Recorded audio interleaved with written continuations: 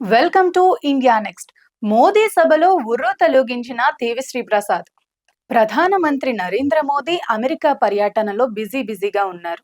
ఇందులో భాగంగా ఆయన న్యూజెర్సీలో భారతీయ ప్రవాసీయులతో సమావేశమయ్యారు.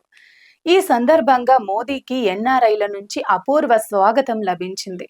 Indo American community of USA ఆధ్వర్యంలో నిర్వహించిన Modi and US program together కార్యక్రమానికి భారీ మొత్తంలో భారతీయులు హాజరయ్యారు. ఈ సందర్భంగా నిర్వహించిన సాంస్కృతిక కార్యక్రమాలను ప్రవాసీయులను అలరించాయి.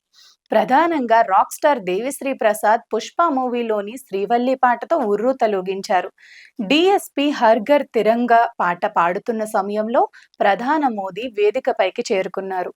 దాంతో ఒక్కసారిగా కరతాళ ధ్వనులు మిన్నంటాయి. ఇక నమస్తే ఇండియా అంటూ ప్రవాసీయులను పలకరించిన డిఎస్పి ప్రధాని సమక్షంలో తన పాటను కొనసాగించారు.